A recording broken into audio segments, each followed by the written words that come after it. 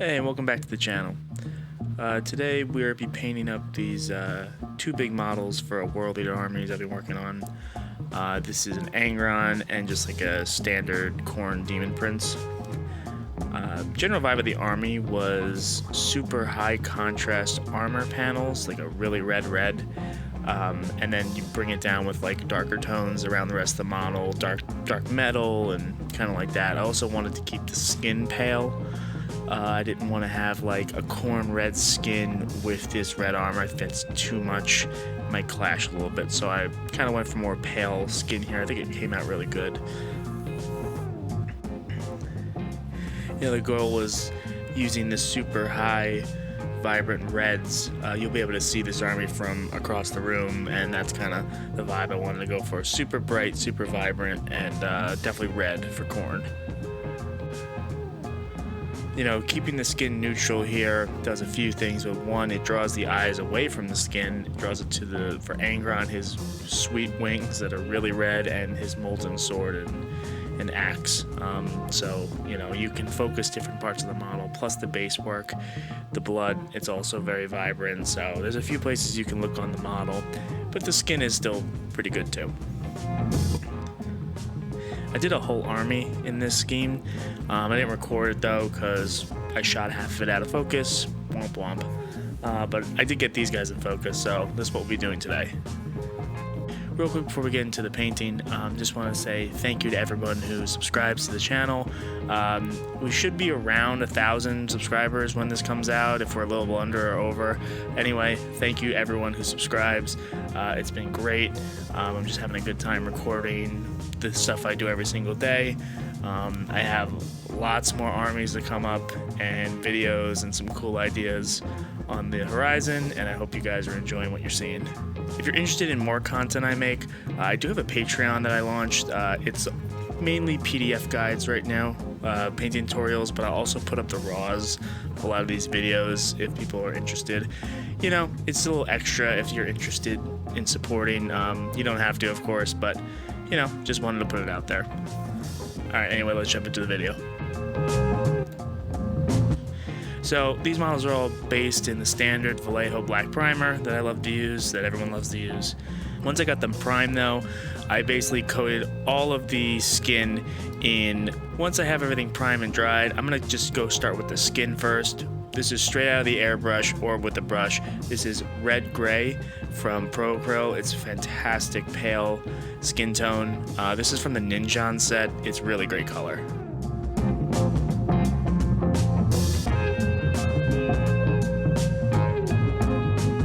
So the way we're going to work this armor is we're just going to build it up from the black armor panel, like a black color, straight up, just through stippling of a sponge. That I have a torn sponge here and a dry brush. You got to use both of them because the sponge isn't going to be able to get into all the tight spots. You could use a brush, but if you have a small enough dry brush, it does the same technique with the stippling. So when you stipple, you just want to touch the model lightly and somewhat medium toughness. Just depends on how much paint you're trying to put on the model at a time. When you're starting out, just go light and kind of go over a few passes. You'll start to build that texture up.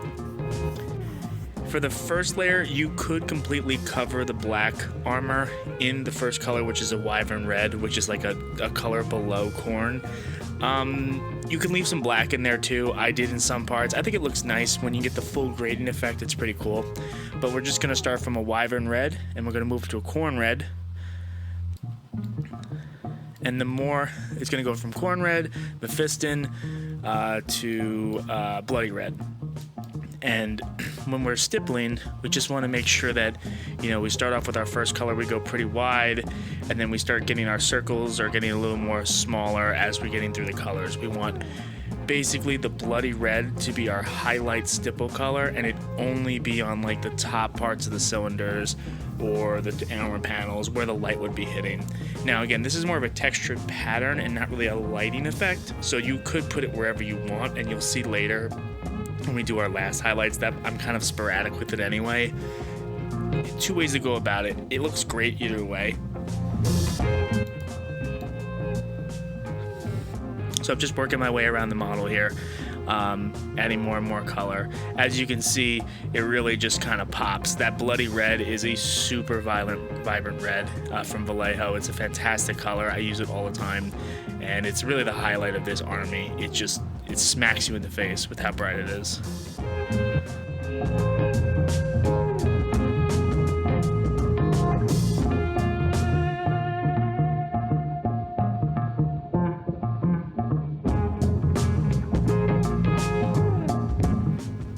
Once we're done with pretty much our armor panels, we're just going to cut in all the other colors now. So this scheme, I want to do a black trim, which I've seen not really done before. I've seen done before, but it's mainly like people just painting their armor and not showing you how they paint their trim. The customer didn't really like the gold with this bright red, which I agree, it would wash it out a little too much. So the black trim is really nice. So I'm just doing like a black Vallejo paint and cutting in all the trim, and then I'm being selective with what I use metallics on. So for Angron, I'm kind of just picking chains, some of the iconography, some of his other big like ornament pieces. We're just gonna mix a little burnt iron Vallejo metal color with some black ink. Gonna get a nice dark black, like a dark metal look, and we're just gonna cover all the metallic bits in that.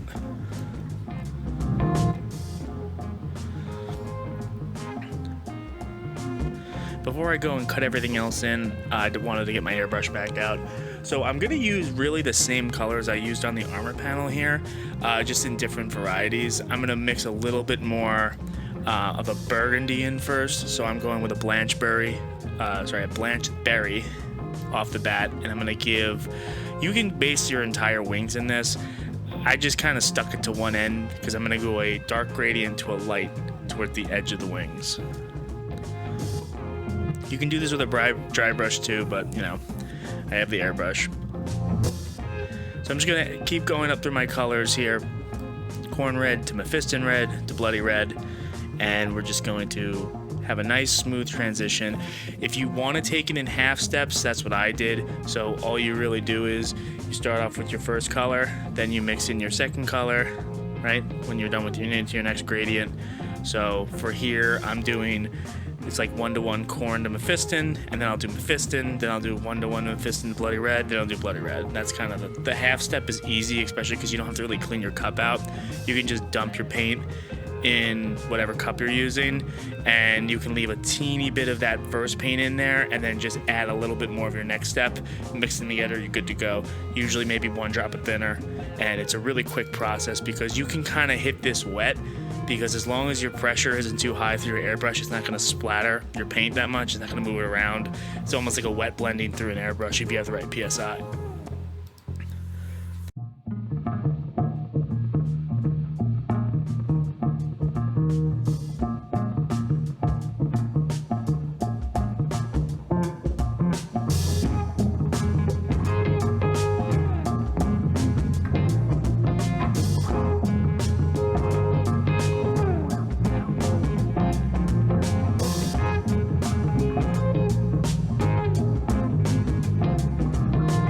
We're going to move back over to flesh really quickly. I just wanted to use a flesh tone wash with a little bit of Slaughter Red, which is a speed paint. I wanted like a very dark purpley kind of recess wash here. A little bit of speed paint medium helped thin it out because it was going to be more of a stain than anything else if you don't thin it. And I went over all the skin in this. Your model's going to look, the skin looks very red after this because of the staining power of the speed paint, but it's fine because we're just going to work that skin color back in later.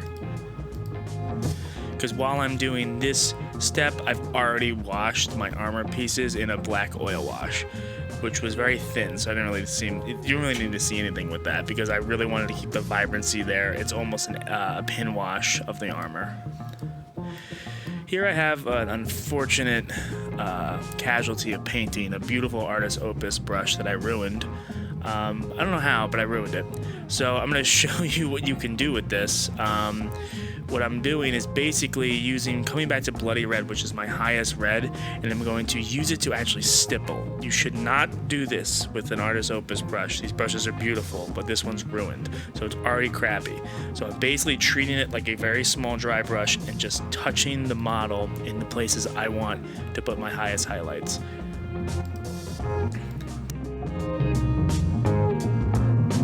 It's very effective. I used it over my whole army.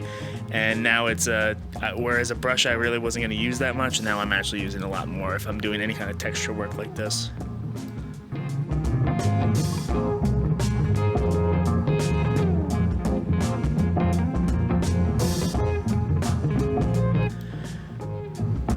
There's not a ton to do here. I wanted to keep most of the elements dark besides the red, but I do want to build back the skin tone a little bit. So I'm going to go back through my progression, right back to red gray.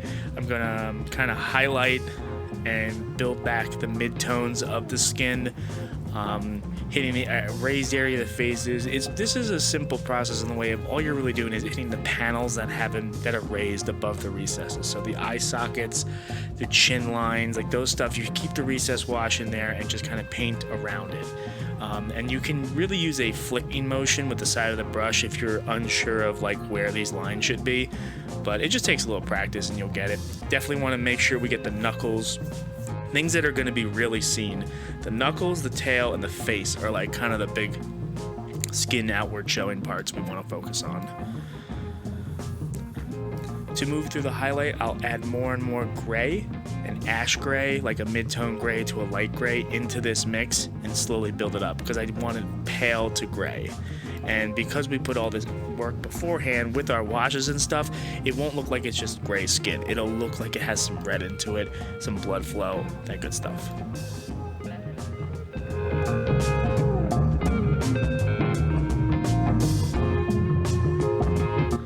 Now that we're kind of in a good spot with the skins and the armor is just, wow, just real bright, real great. I'm going to do a little OSL here. So standard Molten blade colors here. Cover everything that you need in Molten with white ink. You can use white paint for this too because we will be doing some dry brushing. So if you know that you've pulled up ink before because of it with a dry brush, which I've done before, you can always mix a little bit of like a bold titanium white or a matte white with your ink and give it a little more body, a little more grip to the model so you don't pull any of that white off. It happens all the time, especially with plasma guns. I do it all the time. Once everything's base coated in white, we're going to go through a simple progression here. Just going to go with a fluorescent orange mixed in with luminous orange AK. Same concept. You're getting your fluorescent pigments from your ink mixed in with the grip of the fluorescent paint from AK. It's going to give you a nice bright orange base coat for everything else. Once everything has a good coat, you might need 2 to 3 coats for this. This one took me 3. I'm going to, in the middle of the blade, there's those skulls that have a little bit of a recess there. We're going to use from AK there. Here I just used a little bit of fluorescent pigment. It's a light orange color just to put it in the recess. It's going to be, when it dries super hot. If you put it on, it doesn't seem like you have enough. Just let it dry because it's going to really, once it dries, it gets crazy. But I'm going to focus that to the skulls, but then I'm also going to focus it in certain parts of the axe. I want to get like the birth, kind of where it comes out of the handle is where I want that pigment to sit. Next, we're going to just shoot the edges of the blades with a fluorescent red mix. So basically fluorescent red with another kind of, it's a fluorescent red ink mixed with fluorescent red Vallejo paint. Same process, but we just want a little bit of paint here for grippage. Once we're done with that, we just want to add some nice contrast here. So we're going to use burnt red, and then we're going to mix some black gray in there. So I just want to basically dry brush and stipple the edges of the blades to see like this is the cool part of the blade that's going back to a metallic, so you need to have it go back to a black basically. once I'm done with the blades, they look pretty good. We're gonna work on these bases. So half of this army was based like this. This is a UV liquid resin clear mixed with Mephiston red and some speed paint. I use Slaughter red and Bloody red. The mix is kind of all over the place. It worked. This worked, and it really looks cool. But I would definitely probably change my recipe next time. I'd probably add less acrylic paint and more speed paint, because what happened when I tried to cure this is because there's so much pigment from the normal like acrylic paint in there, the light had a hard time curing the entire blob that I put down on one model. So if you're gonna do this, which is fine because it's pretty opaque anyway, put down a small layer of this first if you want this kind of blood pool effect. Put a thin layer of it first, cure it, thin layer, cure it, thin layer, cure it till you're done. Instead, what I did was pour it all out to the height I wanted, and thinking it was going to be just like normal resin where I could just cure it. No, it does not work like that. So it took me a little bit of finagling, but I fixed it. Everything's cured. Everything's fine now. Now I wanted there to be a little bit of ripple effect here. So what I did was I just mixed Vallejo water texture with some bloody red speed paint. And all I'm really doing with this is I'm tinting this paste because it will dry clear. It's a clear dry. So all it's gonna do is add a wave texture to the top of this blood to make it look like it's moving a little bit. I didn't really want it still, and also the way that it cured a little weird looking, so this kind of hides my sins a little bit. Last steps here. It's Khorne, we gotta make it bloody. So straight Vallejo Army Painter blood texture paint, and I'm just gonna cover pretty much anything that needs blood. Skulls, chains, anything. I'm just gonna feet. They're walking through pools of blood. They need blood on their feet. You know, I'm doing this over the entire army. And there you have it. I think a pretty successful Angron. It's not, I guess, typical, but I like it. It's something different. I've painted 4 or 5 of them now, and I like this one the most.